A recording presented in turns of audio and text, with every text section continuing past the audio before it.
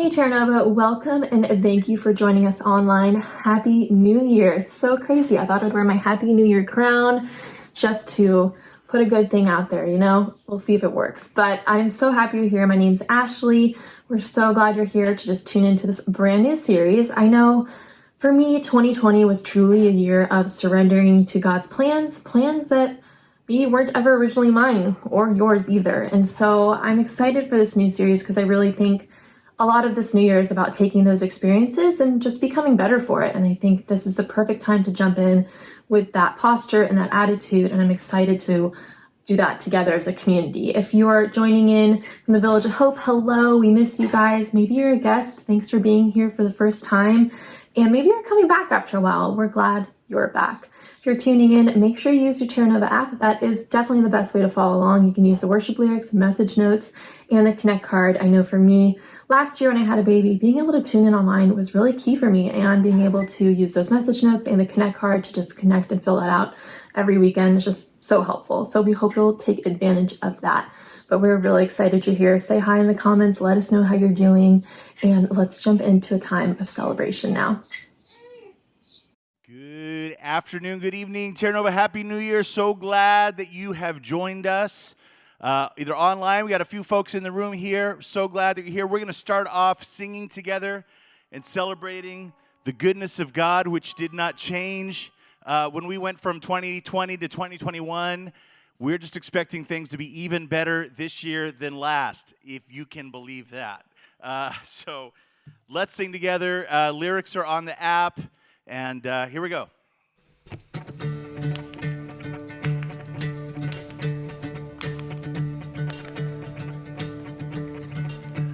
I was buried beneath my shame. Who could carry that kind of weight? It was my tomb till I met you. I was breathing but not alive. All my failures I tried to hide. It was my tomb till I met you. You called my name, and I ran out of that grave, out of the darkness, into your glorious day. You called my name, and I ran out of that grave, out of the darkness, your glorious day.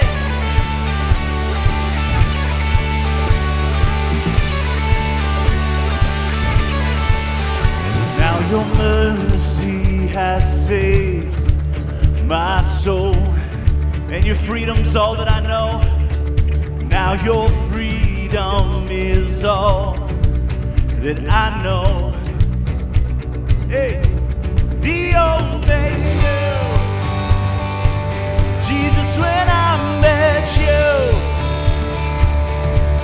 You called my name, and I ran out of that grave,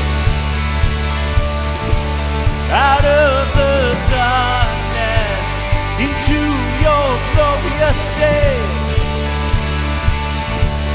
You called my name, and I ran out of that grave, out of the darkness, into your glorious day.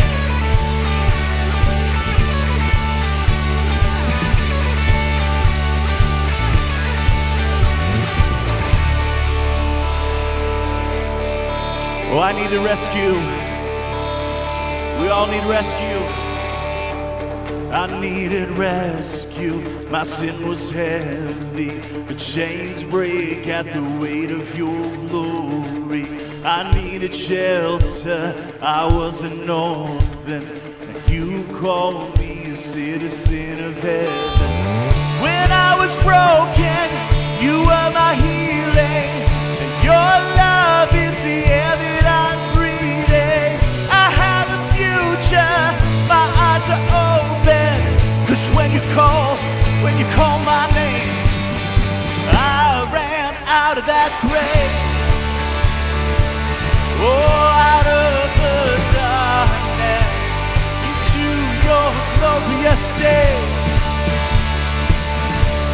You called my name, and I ran out of that grave, out of the darkness into your glorious day.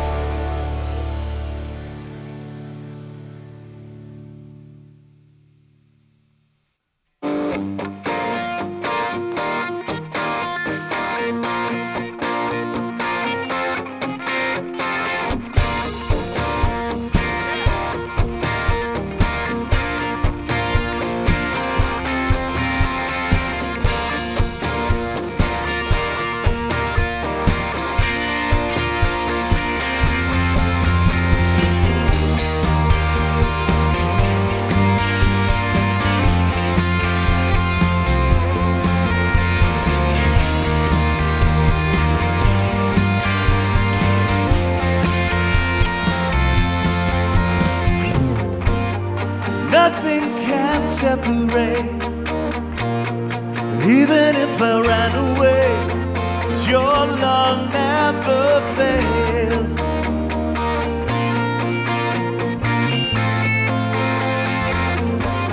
I know I still make mistakes, but you have new mercy for me every day. Your love never fails. Hey, you stay the same. Stay the same through the ages. Your love never changes. There may be pain in the night, but joy comes in the morning. And when the oceans rage, I don't have to be afraid, because I know that you love me. Oh, your love never fails.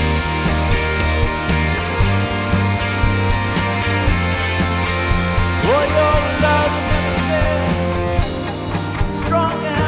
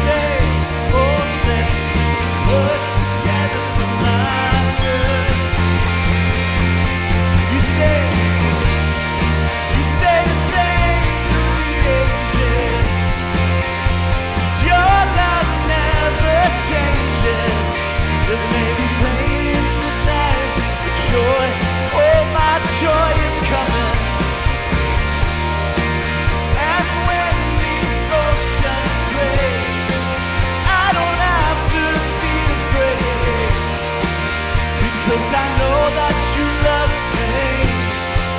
Oh, your love never fails.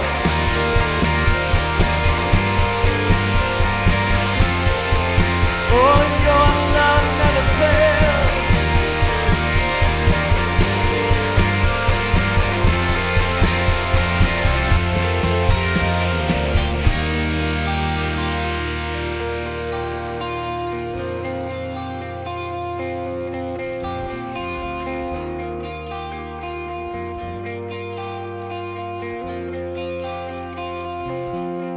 You make all things work together for my good.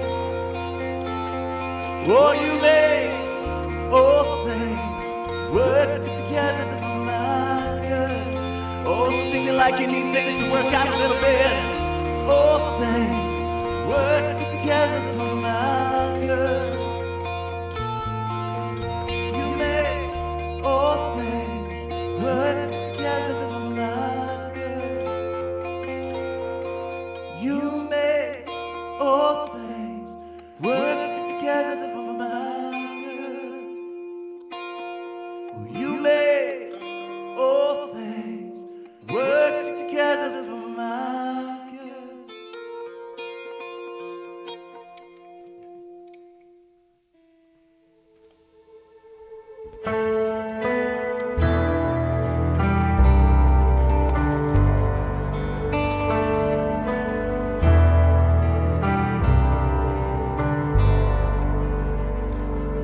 Or the weapon may be formed, but it won't prosper.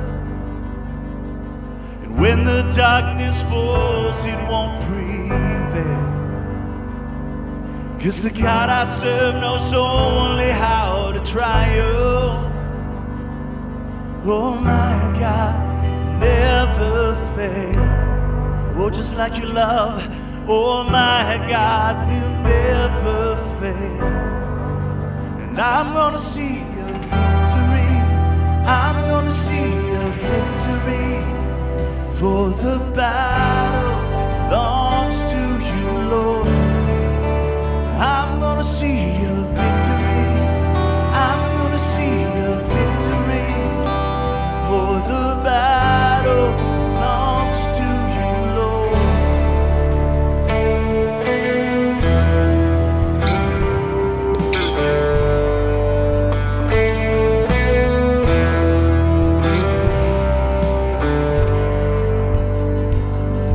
There's power in the mighty name of Jesus.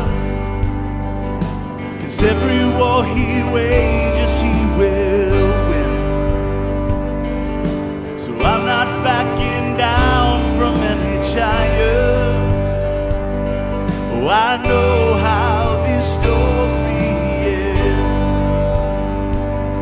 Oh, I know how this story I'm gonna see a victory. I'm gonna see a victory. For the battle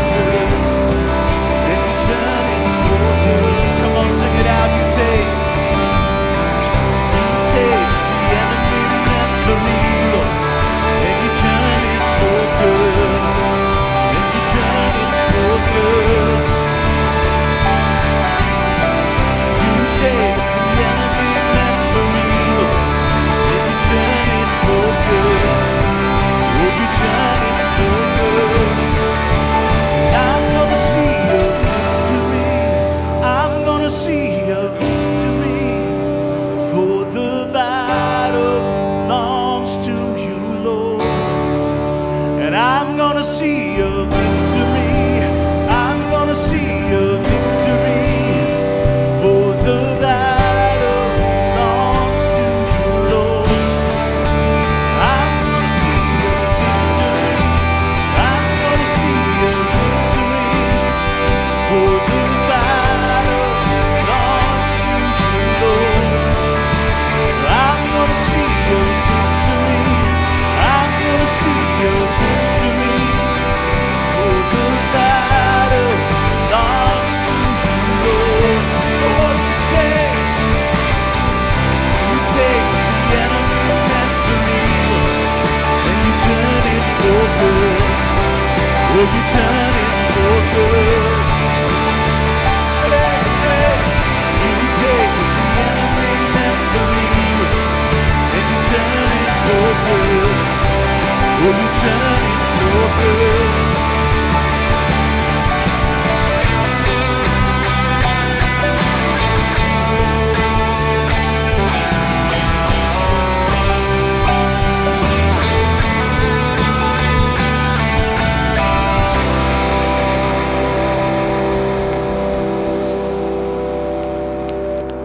Wow. So I tell you what, I can't think of a better way to start a new year than to be bathed in the truth of that song, right? All the things that we can place in God's hands, you know, all of our worries and frustrations and fears, all the battles we can place in God's hands. They actually belong in God's hands. And when they're placed in God's hands as a master craftsman, he then begins to take what he knows how to do, and he just works just a real beautiful thing through that. And we're trusting God to do that here as we start a new year. So I just wanted to thank you again for coming. Happy New Year. It's great to be with you. Thanks for being here at Turnover. My name is Lyle, and man, it's just so great to be able to engage together online, to be able to be empowered by and encouraged by the music that we've got a chance to share in, and we've got some other great things in store. But before we get too far in what we're doing, I want to talk to you a little bit about the Connect card. It's something that we do each and every time, and something that you can find online. You can also find it on your phone. It'd be great to have everybody fill that card out, and you can go ahead and give us all the information that is fit to give. Give us a prayer request. We'll be praying for that request. Start off the new year right, maybe by writing down on that Connect card something that you're looking forward to in the new year. We'd love to know about that. That'd be great. And so take some time throughout the course of our time online to be able to work on that Connect card, and we greatly appreciate that. Now, while you've got the app open, you'll also know that one of the ways that we continue to practice our giving in this journey of generosity that we're on is through using the Terranova app to give. That's a great way for you to do that. You can also give online at our website, ourterranova.com/give. You can mail a check to Terranova as well. It's 7 Watney. Drop it in the mail slot, however it is that you want to do it. Man, I tell you, 2020 was an amazing year for generosity. We've got a chance to give away so much resources out in our community and world, and what a great opportunity for us now just to kind of crank it up in 2021. God's been faithful. It's been great to be able to see His faithfulness. Now, with this new year coming up, the brand new, we're just a couple days in. Already there's some great things that have been happening at Terranova, and one of those great things we started the new year off is what we called our 31 days of prayer. 31 days in January, 31 days to pray for our local community and beyond. And we're 2 days in, and we started off day one all the way on the other side of the world in a place called Kashmir, up in the Kashmiri Himalayas. We've got a chance to pray for a family that is bringing the love of Jesus to that place. And then on day two today is that we just went ahead and just blasted all the way back to someplace a little bit close. It was Tustin, California. And we got a chance to spend some time praying today for our friends of the Orange County Rescue Mission at the Village of Hope. Such a really powerful partnership that we have. We love those guys now at the Village of Hope. And then each and every day beyond, a new one's gonna come onto your app. And so make sure that you've got that Terranova app with you on your phone. Make sure that you have the notifications turned on, so every day you'll be reminded to pray for something that we just love to invest in here here at Terra Nova, all the way around the world, or here in our neighborhood. And I can't wait to see what tomorrow's is going to bring. So you'll want to make sure that you dial into that. So that's for everybody. But let me tell you about something that we have coming up to start off the new year that's just for the guys. And that's a men's breakfast that we've got going on. It's coming up next Saturday, the 9th. It's going to be out in our parking lot at 8 o'clock. We'll start it up. We'll be done by 9:30. We're going to have a grab-and-go breakfast burritos by our barbecue team. They are raring and ready to go, ready to feed us, and it's going to be all good. Great opportunity for us to be out in the fresh air in the parking lot, to be able to get the new year started, guys, and to get to hear from a special guest speaker, my friend Ryan Clark. So you're going to want to come and get to know Ryan and hear what Ryan has to share. He's got some great things that God's placed on his heart that he's going to share with us, and so it's just going to be a great time with the guys. Can't wait to be with you all there out in the parking lot, and we'll be starting off 2021 in rare form. Well, again, just wanted to thank you guys and Happy New Year to you. Thanks so much for starting your new year off right with us here at Terra Nova, and we think that you picked a really great moment to join us, because we are going to be kicking off a brand new series for a brand new year. And so let's go ahead and begin our new series. We're really excited about it. Here it comes.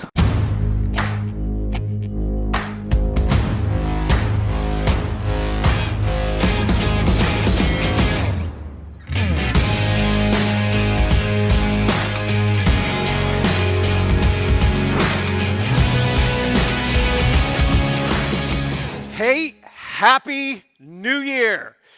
Happy New Year to all of you. Thank you so much for joining us as we're kicking off our new series, Better For It. And in fact, before I jump in, I want us to begin with a cheer for 2021. Hey, 2020 is over, y'all. So give it to me, whether it's your woohoo or your applause or your hallelujah, whatever it is, on three, wherever you are watching on that couch. Come on, I see you.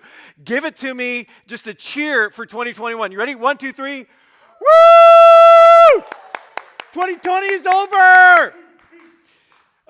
Seriously though, have you ever been more excited to say goodbye to a year than 2020? 2020 was a difficult year. It was a turbulent year, a painful year, a polarizing year. In many ways, a transformative year. For some people, maybe transformative for the better. For many, not so much so. But I think wherever you're at, collectively, we are all hoping for something better in 2021. Personally, nationally, in our communities, something better in 2021. So it's just like, hey, let's put 2020 behind us, like leave that in the dust of time and get on with whatever the next normal is going to be, whatever and whenever that is. And I think we're all eager for some things, eager to get back to gyms, eager to get back to restaurants, eager for kids to get back into school, eager for sports to return, eager to be able to come back to church indoors and sing without masks and without fear. I mean, I think we're all eager for certain things to return. But in moments like this, I believe it's easy to fall into a common myth, to believe a common myth, and it's existing all the time around us, but at times like this, maybe even more prevalent. I call it the win-then myth. And the win myth goes like this: when things get better, then I'll be better.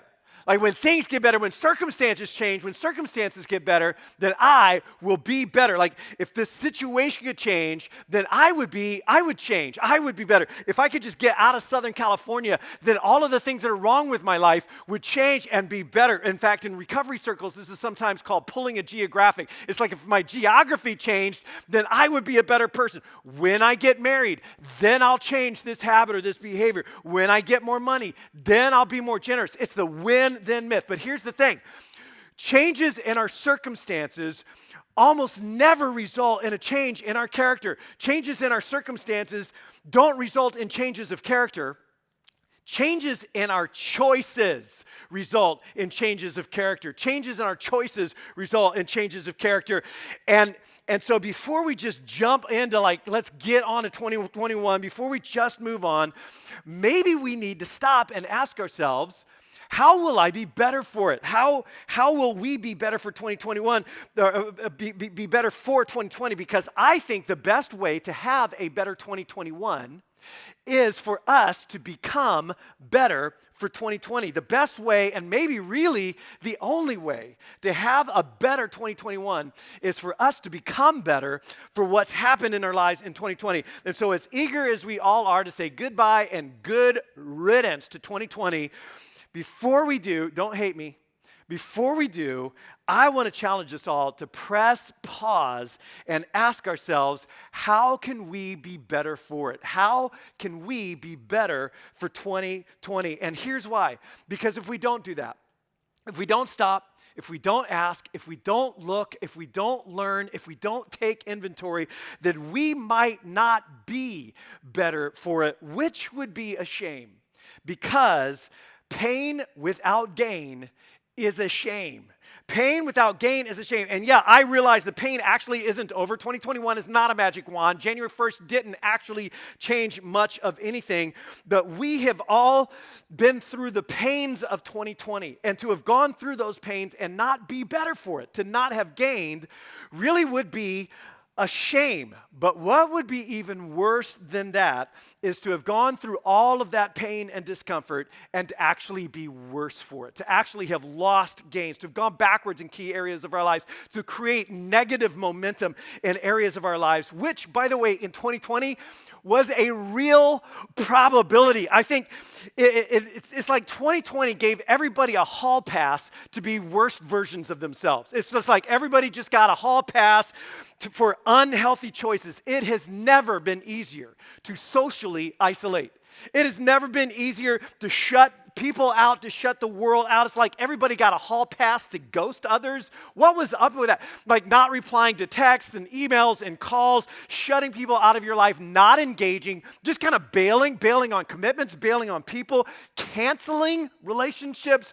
And that was perfectly understandable for some reason in 2020. It has never been easier to physically vegetate, right? To stay indoors because we're all told to, sit on the couch, binge Netflix, snack endlessly, sleep inconsistently, exercise pretty much never, and the cornerstones of physical health like diet, activity, sleep, and hydration, all of them just out the window in 2020, right? And it was like that was okay. And of course, it has never been easier to mentally and emotionally spiral, to mentally and emotionally degenerate, to get lost, oh my goodness, in stinking thinking, to become cynical. Hello, what a cynical year this has been. Angry, judgmental, and just dark, like stuck in our own echo chambers all the time. Depression, anxiety, fear, paranoia, all on the rise in 2020. And it's never been easier to do that. It's never been easier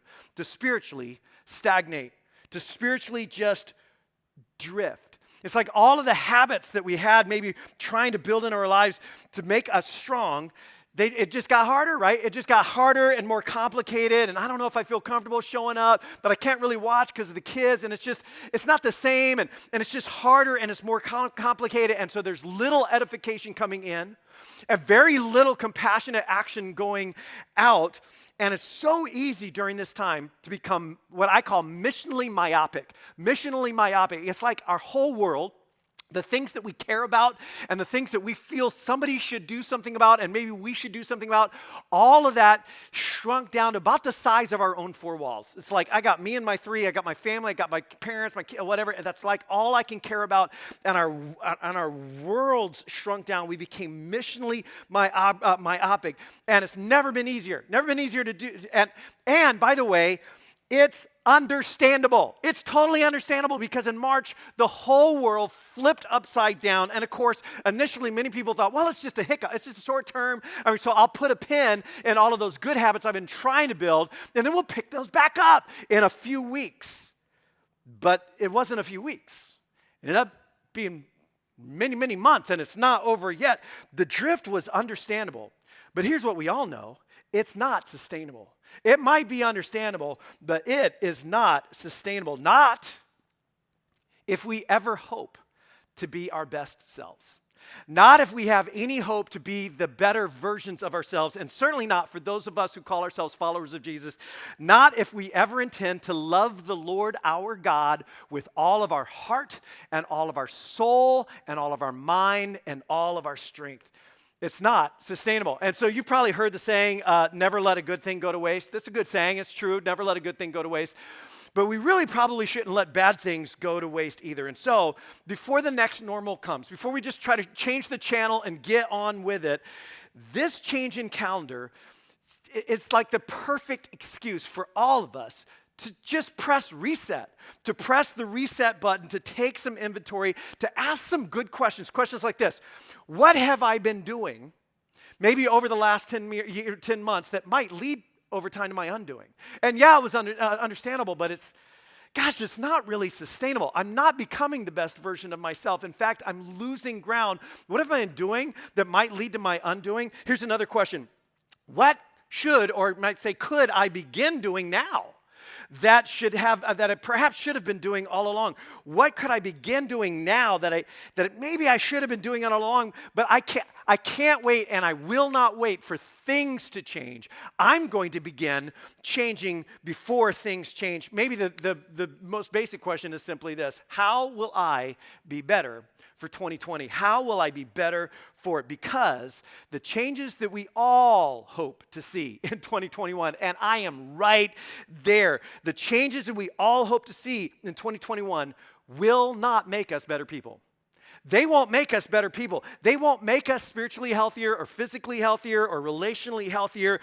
We will be better because of the choices and the responses that we make now, in spite of, or maybe even because of, the painful circumstances that we have found ourselves in. Now, I am really excited. I'm so excited for this series because to get at all of this and to unpack all of this over the next 4 weeks, we're going to take an extended look at a character study, or a case study, if you will, of becoming better through pain and hardship and trial and crisis and tragedy and injustice. It's a famous, famous story found in the Hebrew Scriptures, what we sometimes call the Old Testament, and it's the story of a man whose circumstances were so bad. His circumstances were so bad that pretty much it removes from most of our lives any yeah but.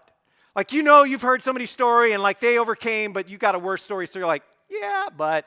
And this guy takes our yeah buts away because his circumstances were so bad, circumstances that he did not choose and did not deserve. And today we're really just setting the story up. This is chapter 1 of the story, if you will.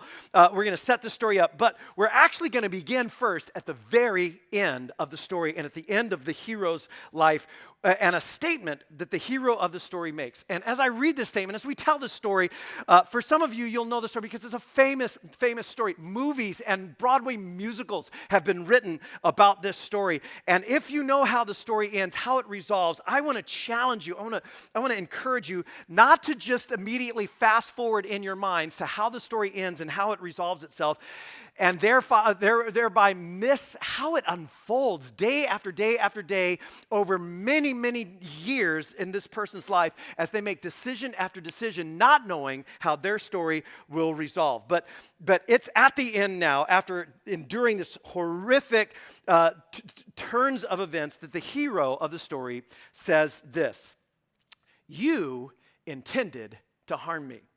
Literally, the phrase is, "You intended evil against me." And the you here in this statement, the you, is the power brokers.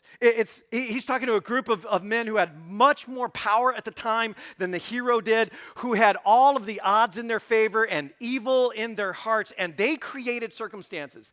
They created a set of circumstances that normally are the kinds of circumstances that turn victims into perpetrators. You've heard the saying, hurt people hurt people. And they created the kind of hurt, I mean deep, deep hurt, that would normally have turned the hurt person into the kind of person that just hurts everybody else. And again, we would be inclined to give him a hall pass. It's like, yeah, if you knew what that guy had been through, you would totally understand why he behaves the way he does. But not this time, and not this guy. And he responds this way. He says, "You intended to harm me. You intended evil against me, but God intended it for good." God intended it for good, and it's God's intentions. It's God's intentions, and this man's stunning, unexpected attunement to God's intentions and his responses, which we'll see over the course of the next 4 weeks, in light of his awareness of God's intentions. Responses, by the way, none of which at the time seemed even slightly significant or transformative or helpful in any way. In fact, the choices he made often seemed to backfire and leave him worse than before. But when all taken together, they ended up being critical for the unfolding of God's redemptive plan, not just for his life or his family's life, but for the entire world, in fact, for our lives as well. Now, you may know the story, but here is the context, the backstory, if you will, to one of the greatest stories ever told. It's about 2000 BC when God waded into the mess of this world and called a man named Abraham or Abram. And God made a promise to this man from ancient Iraq, what was then called the region of Ur.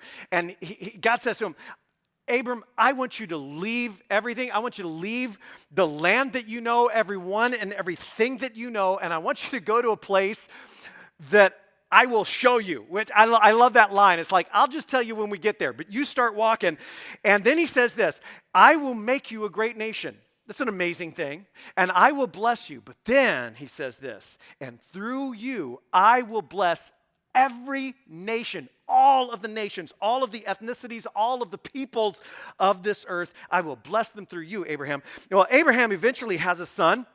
Actually, he has many sons, if you know the song, Father Abraham. But he has one son who's called the son of the promise, and his name is Isaac. And then Isaac has two sons, one of which is named Jacob. And Jacob ends up with a nickname, Israel. And if you recognize that name, it's because this is the guy that nation is named after. The name Israel means wrestles with God.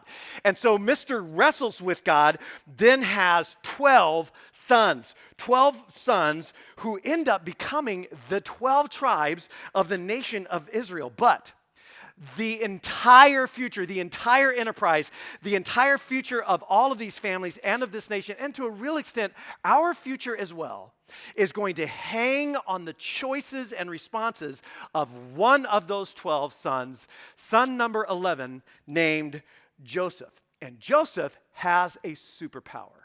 Joseph has a superpower that you actually have as well. And I am going to reveal to you what that superpower is next week. Do not miss week 2 of the series. But the story opens with teenager Joseph, who is not at all very smart or wise. Here's how the story opens. Genesis chapter 37. Joseph, a young man of 17, was tending the flocks with his brothers. His family were shepherds. They actually had very large herds, and 12 sons was very helpful. And so he's tending the flocks with his brothers, the sons of Bilhah and the sons of Zilpah, which were 2 of his dad's 4 wives. So you're already going to get a sense of how this is going to go. And he brought their father a bad report about them. And that's how the story actually begins. It's like the writer's just giving us a little bit of context, a little sense of the family dynamic, a little sense of the family dysfunction, and that apparently as a teenager, Joe is the kind of kid who narcs on his brothers. But there's more. There is a lot more. Now, Israel, Mr. Wrestles with God, a.k.a. Jacob, loved Joseph more than his other sons because he had been born to him in his old age, and he made this ornate robe for him, sometimes called the coat of many colors or the Technicolor dream coat. That is this Joseph. And when his brothers saw that, when they saw that his father loved him more than them, they hated him. They couldn't even speak a kind word for them. And the robe for these brothers became this lasting visual symbol of their rejection and their pain. And of course, Joseph loves the robe. He wears it all the time. It makes him feel special. He loves it, but every time he wears it, it is a slap in the face to his brothers.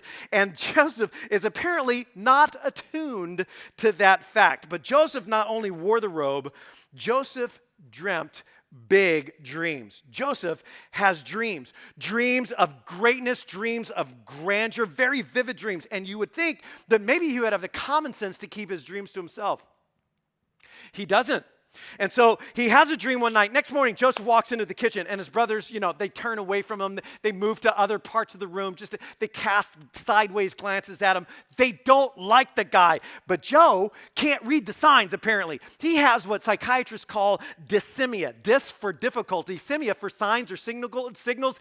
He has difficulty picking up the signals. It's like dyssemia is color blindness or tone deafness for emotions, and Joseph is emotionally tone deaf, can't read the room. And so he walks in the kitchen, he's like, brothers, good morning, brothers, gather around. I have a story. Oh, Judah, I see you trying to sing. No, you're going to want to hear this. Come on, lean in, guys. I had a dream. Let me tell you my dream. We were binding sheaves of grain. It was harvest time. We were out in the field when suddenly my sheaf rose and stood upright while your sheaves gathered around mine and bowed down.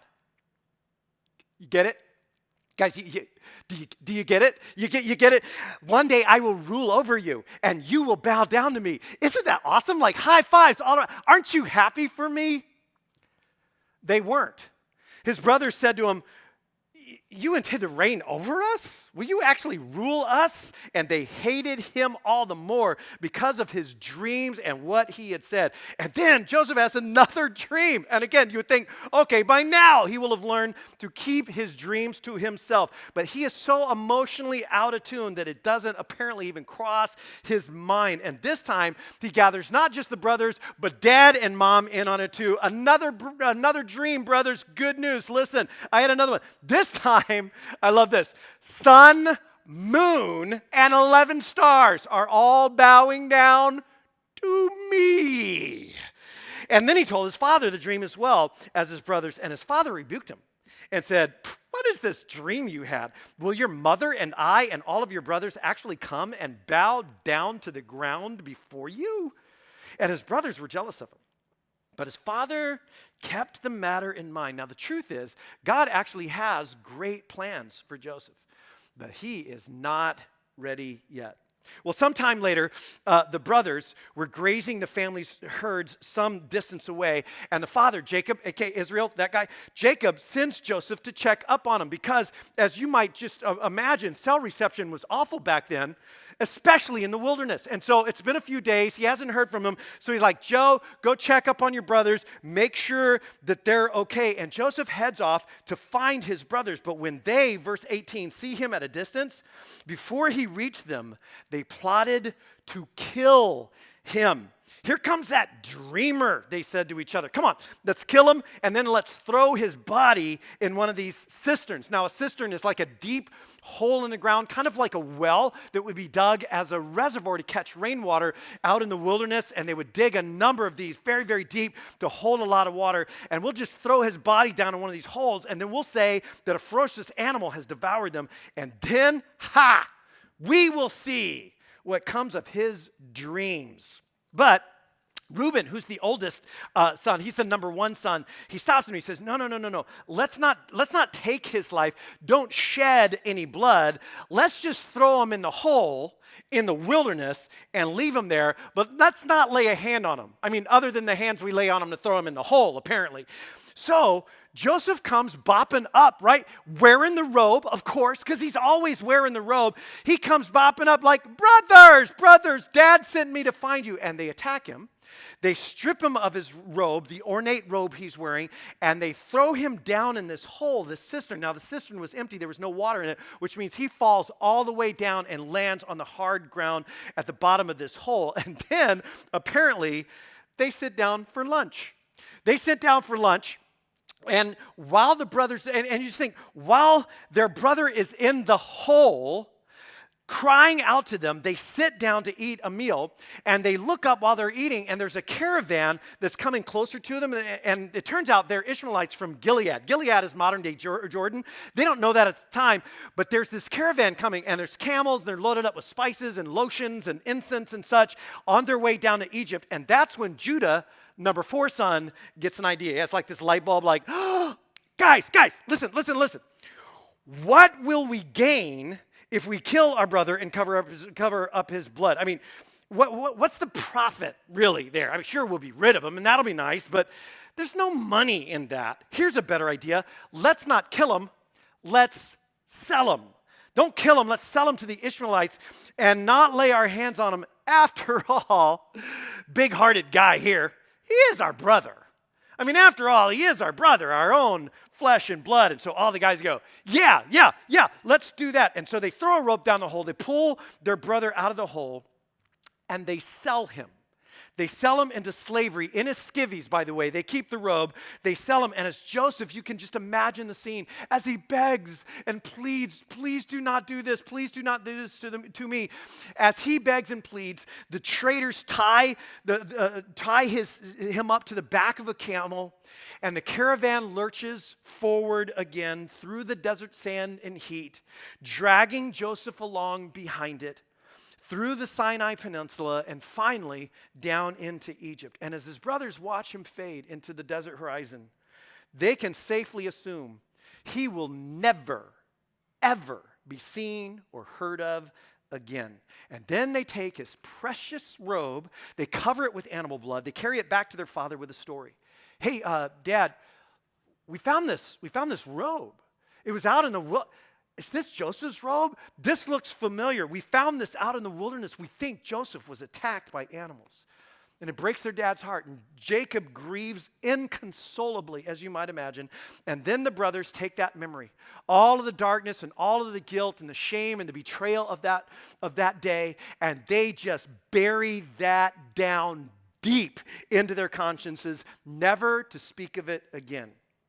Meanwhile, we're told, as this chapter of the story ends, the caravan reaches Egypt, and Joseph is sold as a slave to a ruthless soldier named Potiphar. And we know that he's a ruthless soldier because he is the captain of Pharaoh's guards, which means he is the kind of guy who is willing to do anything and kill anyone with just a mention from his boss. And Joseph is sold as a slave to that man right there. Now, we'll pick up the story there next week, but it's really hard to imagine how such a story could ever end well. It's hard to imagine how such a story could ever end well. The story of Joseph Jacobson, kidnapped once, sold twice, and yet throughout his story, Joseph exercised his superpower, a superpower, again, that we all have, and we'll unpack that next week. He exercised this superpower such that at the end of his life, at the end of all of these experiences, he was better. He was wiser, he was humbler, he was actually more emotionally intelligent, which, by the way he began, doesn't require much. But he's much more emotionally intelligent, much spiritually closer and healthier. He is better than he was when his awful, painful journey began at 17 years old. And at the end, it's at the end of that story that he makes that statement that we began with, that statement that reflects a mindset towards crisis, towards calamity, towards tragedy, towards injustice, a mindset towards crisis that I think is essential for becoming better in a crisis. And it's a statement that he actually makes to his brothers, the men who are responsible for all of his pain and loss in life. You intended this for evil against me. I know that. I know you intended evil, and I know it was against me, but God had another plan. God wanted something else. He intended it for good. In other words, there was something that God was doing. While you were doing evil to me, there was something that God was doing, something good in spite of, and in fact, actually because of the evil that you intended. And I think this is the phrase that was quite possibly in the back of the mind of a brilliant Jewish rabbi who many, many generations later would pen these famous words. And we know, he would say, that in all things, God works for the good of those who love him, who are called according to his purpose. In other words, there are things in this world that are not good. There are things in your life that are not good. There are things that happen to you and happen around you that are not good, but God is. But God actually is good, and he's always up to something. And because he's good, he's always up to something good in us and through us. But, and this is key, but not automatically. It's not always, and it's not automatically because, and here's why I say that, between our pain and God's unceasing ability to bring great gain stands our mindset and our choices and our willingness. Between our pain and that gain that God wants to bring about, there's our mindset. It's the mindset that Joseph had, this mindset that God intends something. He's up to something. I can't see it. I can't even imagine it at this moment. But I am going to live as if it's true. I'm going to make choices as if it's true. And I am going to willingly cooperate with whatever he is up to. That between our pain and that gain, there's our mindset and our choices and our willingness, including, by the way, this year, and including this pain. And therein lies our superpower. Therein lies your superpower, an ability that you have that will ensure that everything that happens to you leaves you better. And like Joseph, as we're going to see throughout this series, you have no idea what hangs in the balance. You have no idea how many people hang in the balance, who might be hanging in the balance of your willingness to see what God will do in and through your life in the middle of life's most difficult moments. But that's next week. Let me end this week with 3 questions. Just 3 questions to get us thinking, maybe 3 questions to discuss. Maybe you're in a small group and you can throw these out, or maybe just to discuss with the people that you're watching with right now, to discuss in the car ride on the way home. 3 questions to get us thinking. And by the way, these questions are on the app and they're on the notes as well. But here's the questions right here. Here's the first question. This is a great question just to chew on. As we begin a new year, where have you experienced the most drift this past year? Because we probably all experienced some drift in certain key aspects of our lives. Where did you perhaps experience the most drift relationally, physically, mental, emotionally? Have you found yourself spiraling spiritually, something other than that, where you would say, not only am I not where I wanted to be at the end of 2020, but I don't even think I am where I was at the beginning of 2020. I think I'm actually worse for this year. I'm worse for it. And I've allowed this season to become an excuse for negative momentum in some or more key aspects of my life. Where would you say you've experienced the most drift this year? And then here's the second question. Is there anything that you could have been doing that would have left you better in that area? And there are certain things that we couldn't have done this year, and that's true.